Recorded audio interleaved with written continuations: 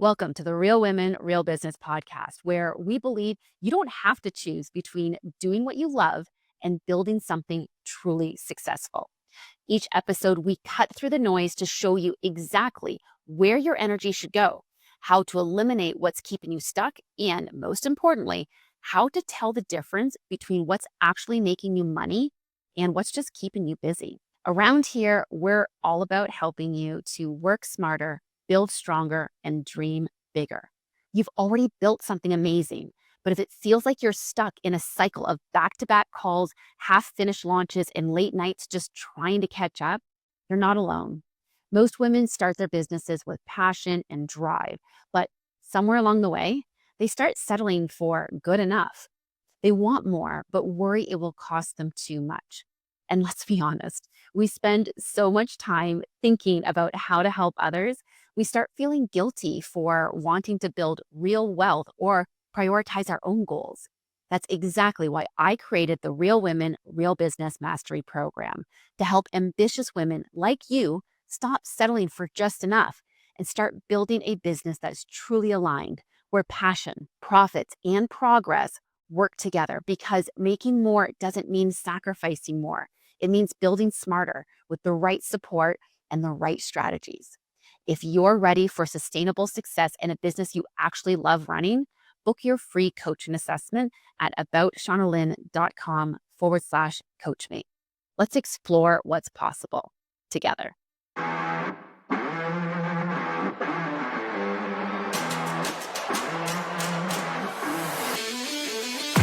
Hello and welcome to the Real Women, Real Business podcast. I am your host, Shauna Lynn Simon, and today's guest is Christine Blosdale. She's also known as the Expert Authority Coach and is a 5-time #1 best-selling author, an award-winning radio personality, and the host of the Expert Authority Coach podcast. And with over 25 years in personal branding, magnetic marketing, and multimedia, including creating content for brands like America Online and Microsoft, she helps entrepreneurs, coaches, authors, and thought leaders step into their brilliance and become the go-to authority in their field. Her style is simple, easy, and my favorite part, it's fun. And most importantly, it's effective. So we're going to be talking about how women can go from invisible to in demand, build authority without burnout, and get seen in a way that actually feels authentic. She is speaking our language. So Christine, welcome. Thank you so much, Shauna Lynn. I'm very excited about being with you today. Thank you. I've been looking forward to this conversation because, and we just had a little bit of an off-camera conversation about the importance of understanding your authority and being able to project that authority out there. And at the same time, there's probably some people who are wondering, like, what does this actually mean? So if someone's meeting you for the first time, can you tell us what is it that you actually do? Right. Well, How do I we sum used to this be, up? I used to be like a lot of my clients that come to me, and I used to say, "Oh, what do I not do?" Right? I'm a writer. I'm a published author. I'm a speaker. I do this. I do that. I help people create podcasts. It was all these different things, and then I realized that my messaging was being diluted by all of these really cool things that I like to do. And I have a lot of women come to me, and they're in the same boat. They're very creative, they're very talented, and they can do many things. As we're women, Yeah, and we can, yeah, we can multi-passion do is the name everything. of the game. Yeah. Yeah, we can spin a lot of different plates. Hmm. But what I've found over the years is that that message gets diluted, and what happens is your potential clients or customers are completely confused, and they really don't know. They might like your posts, or they might like, oh, she's cool, she looks cool, she seems cool, but they don't know what it is that you do for them. And Hmm. so my job is to take this person that comes to me with all of these great talents and says, "Okay, let's whittle it down. Let's work on your branding and your messaging." So it's very clear what it is that you do. And what I do is I help people either create their expert authority or expand it so that they're rock solid in who they are when they go out in the world, when they do their social media posts or they do their blogs or anything like that. They're very clear in what they offer and how they can help people. You have to be clear on that. If you just say, I graduated, I was awarded this, that, or the other, people do not make that connection. You got to tell people what you can do for them. And I've been doing this now for many years, and I see such growth in women. I'm very excited and happy when my clients reach a point in their career where they say, you know what, I get it now, Christine. I'm really good at this. Now, all those other things that you're great at, that will come into play later as you're working with your clients. But you don't need to tell everybody everything, if that makes sense. Oh, it makes perfect sense. When I started, so my first business was a home staging business. And because I'm in this creative field and it's kind of like decorating design, but it's for real estate and it's all these different things that I was kind of had my hands in, all of a sudden people now want me to help them with their retail displays, help them to set up for a trade show, help with their window displays, help for planning their wedding, all these different things that on the surface looked like they all kind of fit into what I do. But at the end of the day, I started like adding all these things to my website, and my website just had this laundry list Yeah. of things that I did. And it was in at the end of the day, the core thing that I wanted to do was home staging. You know, like I want to help you sell your house. So all these other things are great to have. And so when I finally took all that extra stuff out, it was hard. I'm not gonna lie. There's this FOMO of like, oh, but if I take all this Yeah. stuff out of my profile, how will people know that I can also help them like pack up and declutter their home or just do a color console? Like, how will they know these things? But zoning in on what it is that I actually wanted to offer, what was the most profitable for me to offer, where it was truly the expert, that was when the sales really started to take off. So I hear what you're saying, but I think, especially as women, we're multi-passionate, we're creative, we're wearing a bunch of different hats. We don't want to ever miss out on things. There's probably a little bit of scarcity going on there. And then the Yeah. other thing that I wonder if you run into though is I just knowing what I deal with my clients often, they're like, well, I'm good at this, but I don't know that I'm the best. So the word expert might not land Scares with some, it people. Yeah. scares people. Yeah. So Yeah. tell me a little bit about how you help your clients to embrace that expert part of them. Well, some of that what comes into play many times is a bit of that imposter syndrome. And for those Hmm. people who are going, "Oh my God, it sounds like a disease." Okay, first of all, a lot of people deal with imposter syndrome, and I'm not going to say suffer from it because having it means you're checking yourself a bit, right? But Sure. here's the thing: it can hold you back, and it's held back so many really talented people. The other thing to remember is not only does it affect a lot of people, but it really affects people who are overachievers. These are folks who don't just try something or half-ass, I'm going to just start a business. These are people who really thoroughly educate themselves. They get training, they have Hmm. certifications, they're overachievers, right? They do as much as they can. And so it's even more on the line when they feel that they're going to be an imposter. And usually it happens when we're asked to stretch. When we're asked to Mm. do something that we're not used to doing, that maybe scares us a little bit. Sometimes it might be, I have some clients who, oh, I've been asked to speak, to be the keynote speaker at this event, and I've never done it before. And I'm terrified. Who am I to address these 500 women? And I'm like, whoa, hold on. First of all, that imposter syndrome, what happens is it's a it's a primitive thing we have in our brain. We're so worried about being kicked out of the cave, right? In Hmm. many millennia ago, we were in tribes and we were terrified of being kicked out of the cave. So we adapted. We said, I'm one of you guys. I'll help you do this or that. I'll do everything, right? And Hmm. the fear was that if we got kicked out of the cave, we were going to die. So your imposter syndrome is there to actually self preserve you. Okay. So don't be so hard on yourself if you have that. The thing is that you're going to find out is that you're not going to get kicked out of the cave if you stretch yourself. You're going to meet new people. You might even create a new tribe. There's a whole bunch of people out there that are going to resonate with your energy, but they're not going to know about you. They're not going to feel that energy unless you step in to that uncomfortable space, whatever that is. Maybe it's writing your first Love book, that. right? So Love I that. encourage people, don't be afraid. I have lots of strategies that I do when I'm working with my clients. And the biggest thing, the biggest mover on the needle is to tell them it's not about you. And they go, I just hired you to work on my brand and my. I said, listen, it's not about you. It's about the people that you say you want to serve. So And if you true. don't show up, you're not helping them. And you're not growing them and their business. You're not showing up for them, and think of all those missed opportunities. So we Oh yeah. focus the attention on your potential clients and customers, not on you and how you look. Oh, I'm too old. I'm too this. I'm too that. I'm too fat. I'm too. Stop it. Stop it. And none of that, yeah, there's so many superficial things that I think we can often get hung up on.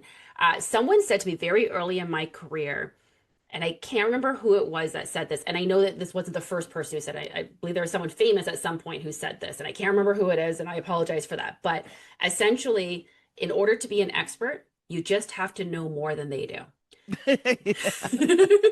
And I love Yeah. that because I think what you were talking about with the imposter syndrome and with feeling like, who am I to do this? Well, who else is going to do it? Who do you know who's better qualified for it? And like you were saying with overachievers, they especially tend to feel a little bit stretched at times from their comfort zone because I think the challenge is, are you familiar with the Dunning-Kruger effect? I've heard of it. I've heard of it. I love this for explaining. It's great for explaining imposter syndrome and so many things in life in general. But the Dunning-Kruger effect is basically two dudes. I'm going to butcher the story of this, but feel free to look it up. All right. A couple of dudes way back when, I think it was like in the 70s, if I'm not mistaken, and they studied people and how they react in psychology to things. And what they essentially figured out is that the more you know, the more you learn, the more you know, and the more you know, the more you realize you don't know things. So the more you Yes, I learn, have heard of this. Yes. right, it triggers like, oh, I just learned all this stuff. Oh, now there's so much more that I don't know. The people who are not avidly learning tend to get a little bit stuck and feeling like they know all the things that they need to know. And so essentially, and I apologize if anyone takes offense to this, but the layman's way of kind of putting this is that the people who tend to be at a lower achievement level essentially don't have the intellect to know that they are low achievers. Whereas the high achievers know that they're a high achiever, but they see everybody else being higher than them because they keep identifying knowledge gaps as Yeah. they keep learning. And I think that this is something that I know so many people do and it contributes to the imposter syndrome because like you said, like we need to gather all the information, we need to find out all the things. And then all of a sudden we get stuck in this cycle of, well, I need to know more and more and more. And at the end of the day, do you know more than the people you're teaching?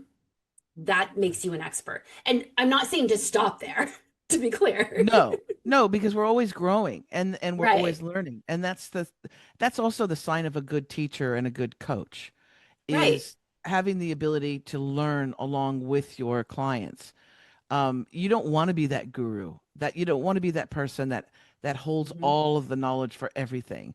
It's impossible, number one. But you can improve your techniques and your communication style. And I find that I use story and analogies that people Okay. can grasp hold of. If I'm Hmm. talking about something and I make it too technical or too advanced for them, they're glazed over and they're like, I don't even know where to start. So Hmm. then they're already giving up, right? But if I Hmm. keep it into simple terms, and that's what I try and do, if I keep it in very simple terms, people can grasp it. It's the same thing when I was a kid in school. I had a sixth grade teacher who was brilliant at making things understandable because she kept it simple. And when you're able to grasp what the concept is in a simple way, then you can try different things. Well, let me try this. Let me explore this. But if it's too Hmm. complicated, we shut down, right? So that's the Right. key is being able to communicate what you do know. You want to communicate that in a way that people can get and grab. And the stuff that you don't know, say, hey, let's go on a journey. Let's figure it out. Okay, I really like what you're saying here because I think you're hitting on a really important point, especially when it comes to messaging. I think there's so many brilliant business owners who feel invisible and they'll say, like, but I'm doing everything right. I'm doing all the things, like, quote, all the things. And the challenge is, of course, that they're not necessarily like hitting on the right notes. I know I've found where people have come to me with their messaging, and I will not proclaim to be a messaging expert necessarily, but I know a lot of the do's and don'ts. And if I'm reading any sort of branding or marketing that comes to me with all these flowery words. And I'm still looking, I'm like, but what do you do? I don't understand what you Right, actually right. do. If I can't figure that out, because and I work with a lot of interior designers, and interior designers want to create this luxury feel for things. So they curate these wonderful experiences when you walk in a home to make it feel like blah, blah, blah. Like, okay, so you help renovate homes? Like, and I know that I'm oversimplifying it, of course, and I'm an interior designer myself. But for me, the things that I focus on, the reason why my clients come to me is because I love space planning and dealing with accessibility, specifically when it comes to Right. space planning and universal design. So those are things that people are going to come to me for. Can I do all the rest of the stuff? Yeah. Yes. But this is why people are coming to me, and I focus on that, and I use the words like space planning, accessibility, and universal design right in my copy all over my website. But I find that people are trying to use fancier words, and instead of calling themselves an interior designer, they are a home stylist. No one's searching on Google for a home No, they're stylist. not. They're Like, not. And it's also, and here's the thing, when it comes to, you're the brand. yes. And this is what I try and explain to people. It's not all the degrees you have. It's not where you went to college. It's not all of the certifications that you have. It's you are the brand. And so with you, Shauna Lynn, I mean, you have a standout brand. Okay. Not only is it the way you look and appear, but also your energy imprint. And if you Thank notice you. for myself, a lot of, and now this photo was taken a long time ago. I'm showing you for those that are not watching this, but you're Yeah. listening. Go I'm check it out on showing a YouTube. photo. Yeah. I'm showing a headshot, Yeah. right? And this is one of the most important things that I tell my clients. I said, if you want to be an expert authority in whatever, get yourself a really good headshot that expresses you and your energy, energy imprint. Now, if you look at this photo, you can't even see my eyes because I have an expression on my face that's pure joy. I have Yeah. headphones on and I have a microphone in front of my face, right? So immediately it's something to do. I don't know. She's got a mic. I don't know what she's doing, but it's something to do with speaking, right? Okay, Right. that's cool. But the expression on my face is that elation. It's that joy. I'm not in a Hmm. serious pose in a three-piece suit, being all, being very, very serious. I have joy in that image. And that Right. image has gotten me through more doors and more interviews, more being on summits and being invited on panels and all of that stuff. That image has opened doors for me because it's a reflection of my energy and who I am, my brand. And Absolutely. so the same thing with you. You have a brand. You could be selling sandwiches and people will just be attracted to you because of your energy. And that's extremely important. People can use all the chat GPT long expletive, long worded descriptions of what they are, but they need to actually show the energy that they have and do that in very carefully thought out words, not just something chat GPT spits out. Yeah, and I think you're bringing up a really good point here. AI is fantastic. I use it all the time. Couldn't Yep. even imagine my life without it at this stage. It has really simplified my life, but AI without human touch doesn't take you far enough. And I find so a lot of my clients, for example, they can tell someone else about me and they will sing my praises, give an absolute rave referral that people are like jumping to work with me. They're not even calling anybody else like, no, no, like so and so just told me I need to work with you. But they can't do the same thing for themselves. Yes. Yes. So, how do you get them to sell themselves the same way they might be selling like some sandwiches There. or their Yes. coach or whatever? They need to work with me. I The mean, very that's first the thing. obvious answer. Yeah, no, in even just having a strategy call with somebody, 30 minutes. In 30 minutes, I can bust down, break down who you are, what's missing, right? You might be thinking that, oh, it's this, particular aspect of my business that's really important, and I'm going to promote that all over the place. And Hmm. that may not be what people actually need and want. I give Hmm. the analogy of here it is. I give the analogy of most business owners, we're trying to sell a stapler, right? And this stapler is the most amazing thing in the world, and it opens up, and hey, and this month an extra special deal for you. You get 50% off this stapler, right? So you were shoving down the throats of the people this stapler, and what they really want is a sandwich. They don't want a stapler. But we've been trained in stapler technology, and we've studied it, and we have our whole programs. We have a program, we have a course around the stapler. Listen, if people don't want the stapler, you're not going to connect with them. So you need to Oh figure my out gosh. what your clients and customers, if they want a sandwich, give them a damn sandwich, It's so right? funny because I really thought what you were going to say is that they just need like their papers attached to each other. And no, you're like, no, they need a sandwich. Like No, they don't even they need don't the even need stapler. the stapler. But you're absolutely right. We're often trying to sell them what we think they Boom. want. Yes, And and it's that's a mistake. yes. The old adage, sometimes you do have to sell them what they want, give them what they need. There are times where what they think they want is not actually what they need. That but you can't have like stapler versus sandwich. It might be that they feel like they want a particular type of sandwich, but actually what they really want are these results, so we're going to give them this other type of sandwich. I don't know, that was a I went off the rails with that one a little bit, but but But yeah. if potential people, if they, let's say, want to create a beautiful home environment, and they know that they need this, they're gonna need to have you or someone like yourself explain to them that it's achievable and that you're the best person to come to, and it's going to be an enjoyable experience. So all those other scary stories of people maybe charging too much money, and then it looks like something out of IKEA showroom, Mhm. those type of stories, that's important to reflect to people and say, with me, this is what you're going to get, right? Right. So, but you need to find out what it is that they actually want. For an example is during COVID, I was very busy. A lot of people had a lot of time, and they were on Zoom, and they Sure. they they needed to upskill. But a lot of people wanted to create a podcast. It was an explosion of people wanting to create a Mm-hmm. podcast. So my one of my big, bread and butters of my career was showing people how to create a podcast for their to market their business. So I did a 4-week program, and that was my stapler, right? My Right. stapler at the time, it was actually at the time it was a sandwich because it was what people wanted. But then Sure. out of COVID, after COVID, when life kind of gets back to normal, what I found is that people did not want that stapler podcast. Right. They wanted help on their business and their brand. They needed Mm. better messaging, better branding, better offers, all of that stuff. Their websites were, just missing the mark. So Mm-hmm. that's when I pivoted and said, you know what? Can I help you create a podcast? Of course. And is that part of developing your expert authority?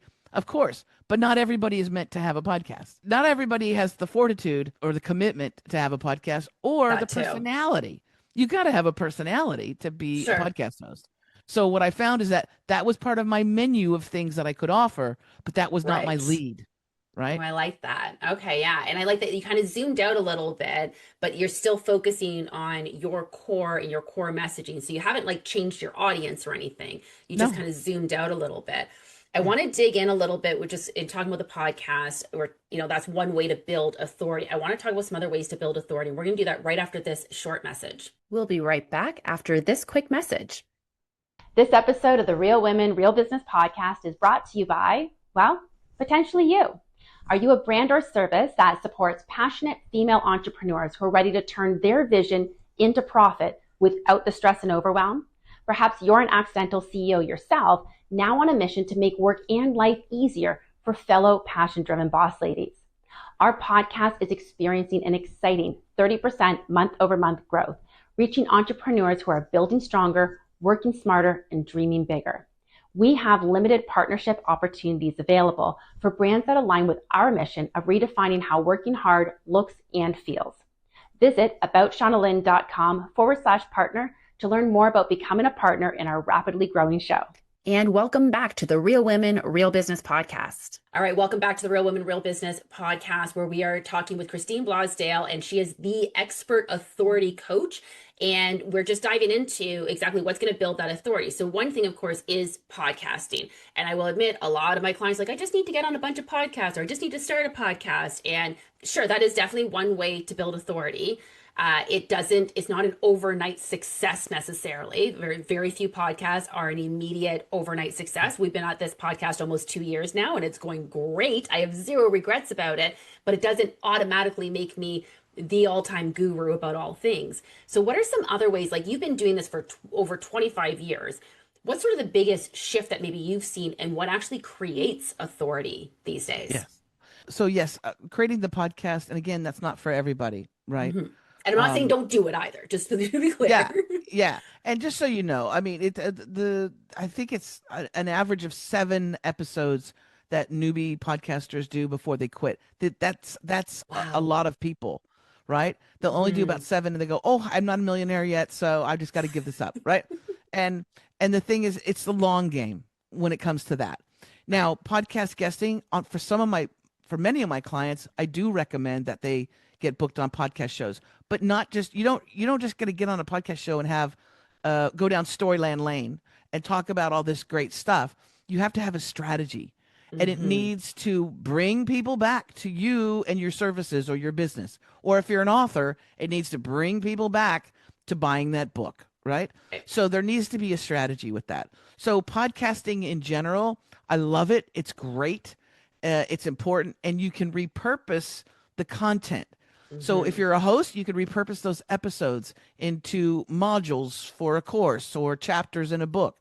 Same thing if you're a guest on a podcast show. Repurpose that content. Take what you've been saying, and you're in your element because you're talking to a great host like Shauna Lynn, and take that content and repurpose it. You can use it for social media. You can get clips, highlight clips. And the host is going to love that you're sharing their show on your social media, right? So those are a couple ways. And it shows that you're an expert authority because you're a guest on a show, right? Let's say that. The other thing is I was in broadcasting, I was in radio for 20 years, and as a producer and as a host of a primetime drive show. And I got lots of pitches from people, from publicists, and the people who got to be moved to the front of the line were people that had either a media kit or a website that gave me a lot of great information about exactly who they are. They even would have a sample of them speaking, because I need to know how you talk if I'm going to invite you to be on the show with me for an hour. Yep. But the people who really moved up to the top were people who had written a book. And if it was a bestseller, hallelujah.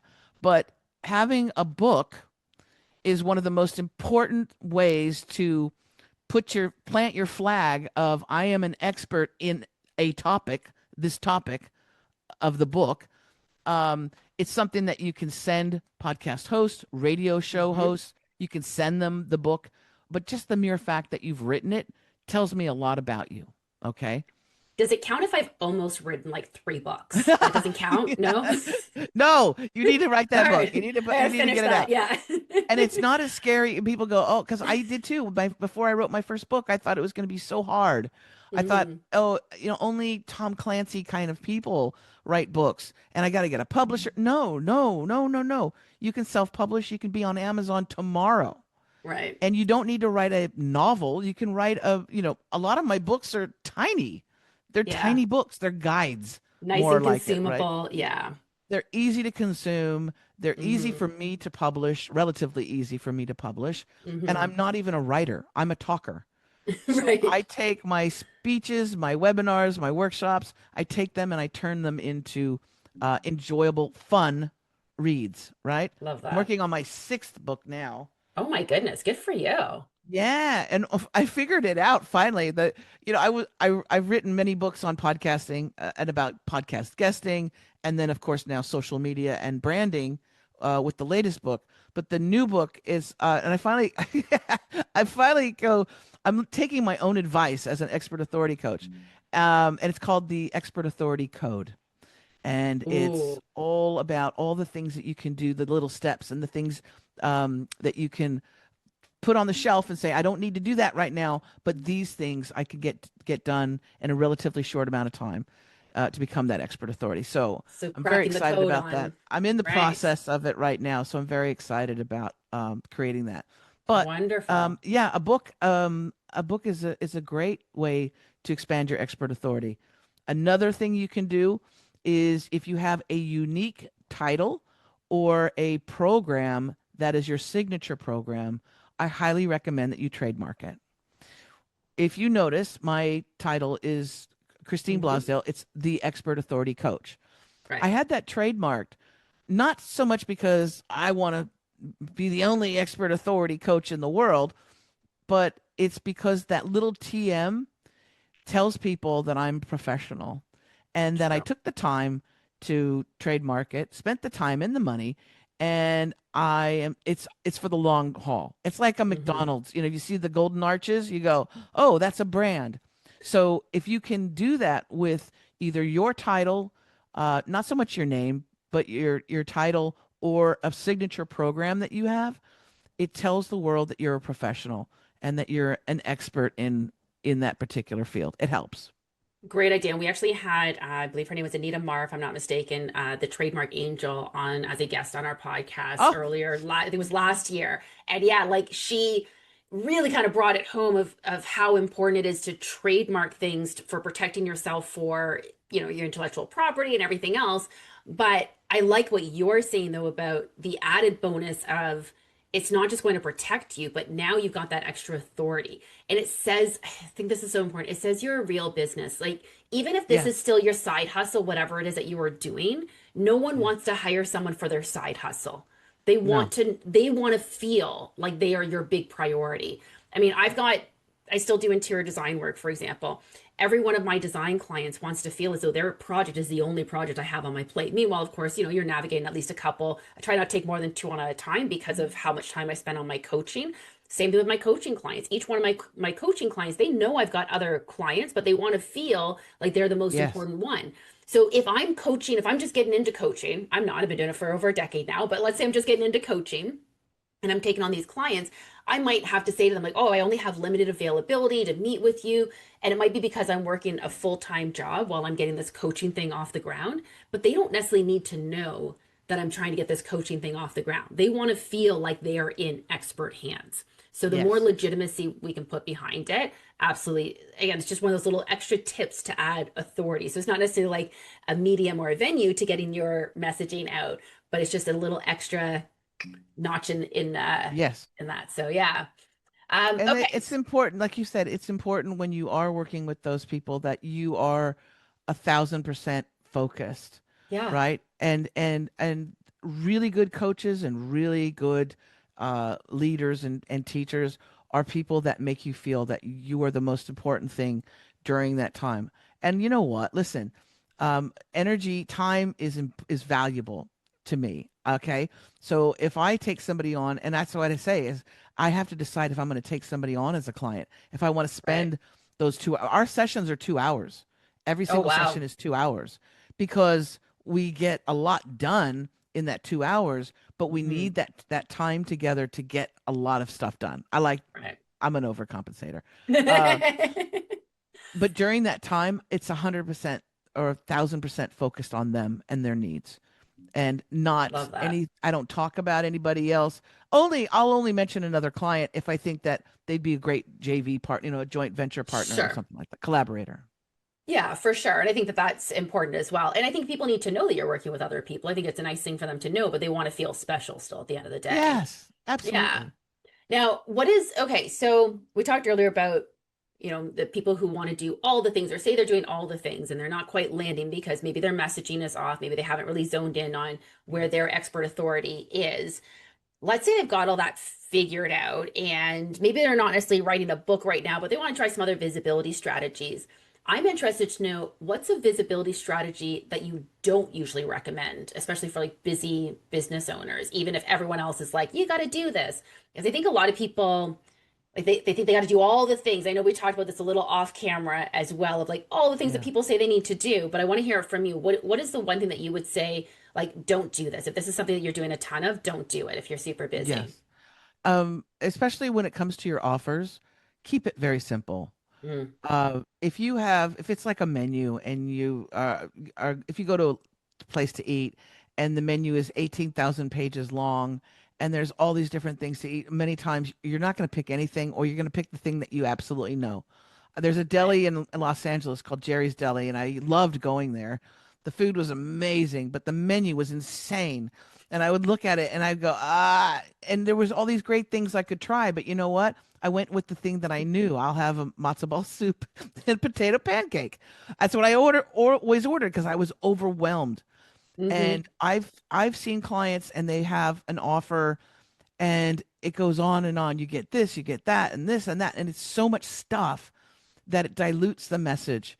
You could just Mm-hmm. make that offer be focused on one thing, right? Right. Now, once you're working with that client, you can bring in, like we were talking about, you can bring in all those other great things that you do. But For sure. really, when it comes to doing that in the offers, I tell people, please keep it simple. It's too confusing. So Mm-hmm. that's important. The other thing is a lot of times people like to throw everything they can at the wall to see what sticks. I'm going Mm-hmm. to try this. I'm going to try that. It's too much. And not only are you going to get burned out, but people who are seeing your messaging are going to get confused as well. And Right. really, we don't have a lot of time to make that connection with people and to Mm-hmm. make that memory or to stand out. So you want to take those opportunities and make it valuable so that people Mm-hmm. understand what it is that you're offering. The other thing is speak the language of your people, right? Yes. You may Yes. know a lot of stuff in your head and you have a PhD in whatever. Mm-hmm. But not people who are might be interested in working with you, they don't have that terminology, they don't have that know-how, and so you need to come to their level and speak in their language, if that makes Right. sense. Absolutely. And I know people think that that'll dilute the message a little bit, like, oh, but I want to sound smart. I want to sound like I know what I'm talking about. You can do that without having to talk over them. You can still talk Yes. to them and with them without Yeah. talking over them. Yeah, and I think a lot of people tend to confuse authority with influence as Mm, well. And of course, everyone wants to be the next influencer, right? So yes. there- there's that. But I think that there's ways of doing it on such a smaller level. I love the idea of what you're talking about, though, of just paring down the number of offerings.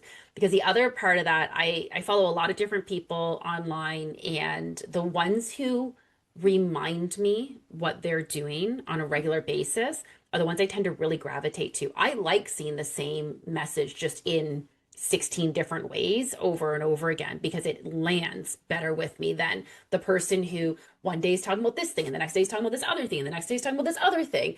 And it can be challenging. Like I know for myself, I have one of my companies is an online training company, and I have literally thousands of courses. I think if you include the micro trainings that I have, which is like all my old webinar replays and such, doesn't mean I'm out there promoting every single one of them. I have my core courses that are all kind of centered around similar themes, and those are the main ones that I promote. Even that is still hard enough to be zoned in without, but it's still fairly diverse. So I know what it's like to try to like, but someone might need this other thing that I have here.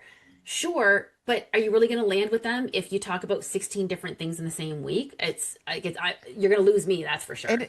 it, it might be even just reframing it, because I have the same thing where I have a lot of my master classes, webinars and workshops that I've done on, let's say, ChatGPT and how to become a podcast guest and how to use Canva, all these different Right. things. And I was like, but people want all these things. So the thing is that if you package it and Hmm. you call it, you know, business tools for every entrepreneur. Every Right. entrepreneur needs these business tools or these marketing tools. Then it's a little bit easier. It's a basket, and you can have all those Hmm. goodies in the basket, but you're not just saying, we do this, we do that, we do. They can go into that basket and they can look and they can check off things. Oh, I want to know about ChatGPT. I want to learn Right. more about Canva, those type of things, right? Right. So sometimes it's how we package it, how we Right. put it all together. Instead of selling them all as individual things, it's one big Exactly. package. Yeah. So for the Exactly. interior designer that does all the full home renovations, you're going to package as a full home renovation as opposed to getting down to the nitty gritty details of every single element of what it is that you're doing. Yeah. Yeah. That doesn't necessarily relate to them. So, what do you say to someone who's saying, okay, but there's already so many experts out there. It's already, Ah, I love hearing like it's a saturated market. That is like the top phrase I keep hearing these days. Is the market's oversaturated. What do you say to them? yeah. If I had $1 for every time I heard that, I would be sipping a pina colada on a resort beach somewhere. Right. Uh, that kind of it's defeatism. It's a scarcity mindset, and it also tells me that you don't really value who you are and what you do. Hmm. Okay, because you're comparing yourself, and that is where imposter syndrome reigns. It's in that comparison mindset. Are there other really business coaches out there? Yeah, there's thousands, tens of thousands. I don't know, hundreds of thousands. A Yeah. lot of people are business coaches, but is there anyone who is like myself or you? No. No. There's nobody that has the experience that I have. 20 years in broadcast radio where I am interviewing business owners and leaders, right? And I've Hmm. done all the hustle. I've done the mistakes. I've started my own business. I did the mistakes in starting my own business. So with that experience, you have a knowledgeable base that you can help people with. But also Right. nobody else has your personality. Nobody else has cats, you know. Uh, Just nobody else randomly showing up in their podcast now. nobody else has the education. I grew up in Los Angeles and I'm 61 right now, but I grew up at a time Oh, that was wow. actually really cool in Los Angeles. We're a multicultural hip city where I got a lot of influence from my international friends and family members. So your unique imprint, nobody else has. Hmm. So you have to go into it knowing that and being confident in that. Right. What I say to people, do I know everything? No. How boring would that be? But am I extremely good at I'm damn good at what I do. Yeah. That's confidence. That's not arrogance. That's confidence. Yeah. And I think that, we all bring something unique to the table, and there's plenty of different, people can ask ChatGPT for practically anything now. Whatever service it is that you Yeah. offer, someone can go to ChatGPT essentially and ask them to do the same thing. So you've got to give them a reason to come to you and say, I remember I used to be able to say, or I used to use as part of my marketing, sure, you could Google like how to declutter your home in 10 quick, easy steps, or have me come in and do a consultation and give you an actual report on it. Nowadays, it's not even just Googling and getting something generic, it's Chat GPT, which is a whole different level of advice that it's giving and resources that it's pulling from, something that Google never fully had access to. Like I said, there's a place for AI, but we want to ensure that people are going to choose us. AI will not take your job if you continue to show up in a way that AI cannot replicate. And I think that's key. Yeah. And AI is brilliant, ChatGPT in particular, and Perplexity and those types of models. But when it comes to inspiring people and motivating them, that comes from personal stories. And unfortunately, or Mhm. fortunately, these AI programs don't have that personal story. They don't Right. have the memories of being on the school playground and somebody saying something that hurt your feelings. So that when you're talking to somebody and you go, hey, you know what? I know what it's like to feel like an outsider, or I know what it's like to have my feelings hurt when somebody says something. Maybe they Hmm. didn't mean it, but I took it, really hard. That it doesn't have that. And it No. doesn't have the voice, right? Your Hmm. voice is your imprint, your energy as well. And so I try to appeal to people and say you're very unique and the world needs you and you need to show up because there's somebody out there that needs exactly what it is that you offer. But if you're not showing up or you're saying, well, there's so many the market's saturated or there's everybody's doing a podcast, then those people are not going to be reached and that's a shame. That's a shame. I couldn't agree more. And now, if someone wants to be known for like one thing in 2026, I think you've got a fantastic offer as well, where you've got an expert authority quiz, right? Can you Yeah. tell us a little bit Yeah. about what you've got for our listeners? Yes. So this is really cool. And what it allows people to do is to have 30 minutes with me. And we're going to Amazing. break down what your expert authority is. Or if you don't know what it is, we'll help you on that. But it's just a 10-question quiz. It's fun. These are questions you should be asking yourself anyway. Love If it. you're in business, it doesn't matter what kind of business you're in. These are questions that you should be asking yourself. and there's no failing or anything like that. It's not a stressful thing. We basically just I go through the quiz with you, and then we go over the results, and then I will give you, and I work intuitively, although I don't market myself as a psychic at all, but I work Mm, very intuitively. So okay. if I see something that's a banging winning title for you or direction that I think you should go in, I'll tell you. It's recorded for you as well, so you get that for Amazing. free, and it's all free. And they can book that in. They could book it tomorrow if they wanted to. They could book that in at freeexpertauthoritycall.com. Perfect. And we'll make sure that that link is in the show notes as well. But Yeah. if you're listening to this, take her up on that. You're going to get 30 minutes with Christine, not to mention all the results of what's actually coming out of this quiz. Absolutely do not miss out on this. I think And that look at all we covered in just our conversation. I Holy was just gonna moly. say, I know from this conversation, there is a ton that you can pull out of someone in 30 minutes. I guarantee it. Like Yeah. I can only imagine what you do in these calls. I might have to set up a call myself for that matter, Yeah, because girl, come you on. don't know what you Yeah. don't know, right? I mean, it's always fun to kind of see. Well, and also I think the other thing that's great about this is sometimes we're too close to it. One of the guests we had on the show, Deb Mitchell, the phrasing that she uses is it's like trying to read the label from inside the jar. Ah, yes. Yeah. Love the analogy of that. Like it's so true that sometimes you're just so close to it. I'd be interested to know what someone else sees looking at things, because sometimes that's the issue. And I worked with Deb on some of my own messaging, and I had it like 80% of the way there, but I'm like, I can't figure out how to get out of what I know, what I want to communicate to what they want. Like it was just bridging that gap. So working with someone like yourself to help bridge that gap, to understand like where is my authority, where should I actually be focusing. I think so many people have gone a lot of different directions the last few years, and I think 2026, this is the year to really hone in on where your expert authority is. I think this is a great way to do it. You need to do it, and right now is the perfect time. And when you're very solid in who you are and what you offer, then you can also do what I think is going to be very powerful in 2026, which is collaborating with other expert authorities. Yes. Don't go it Oh, alone. Superman by himself is cool, but when you get the whole Marvel gang together, you got Batman, you got Wonder Woman, you got all this great energy, and you can play off of each other's audiences. And I think you bring to your clients and to the world a much better product, but also more skills that they can learn when you team up with people. But you so can't do true. that until you're very solid on who you are.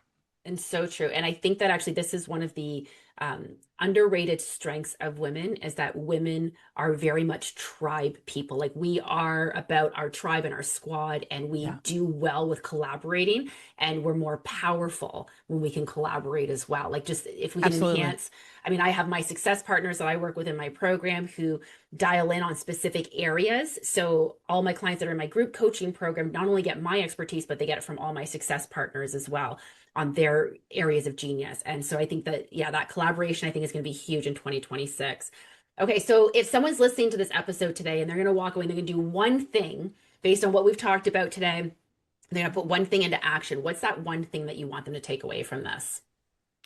I really want to meet them. I really want to know. I seriously, I love, and 99.9% of my clients are women. Do I have male clients? Yes, I do. Sure. Yeah. So if you're out there and you've got a business, and actually I just brought on a new client from North Carolina, a Excellent. gentleman who's looking to expand their expert authority.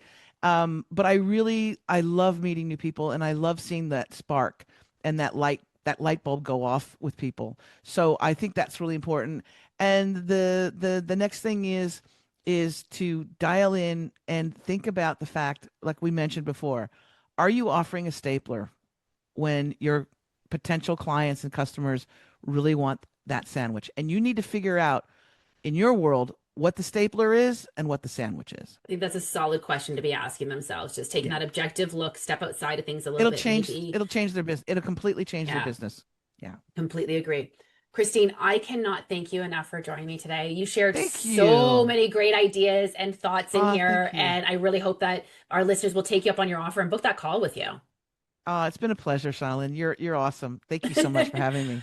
Ah, thank you. All right. And if you're listening to this episode, what we're saying here today is resonating with you, then I hope you will continue to tune again each week. We drop new episodes every Tuesday at 7 a.m. Eastern Time.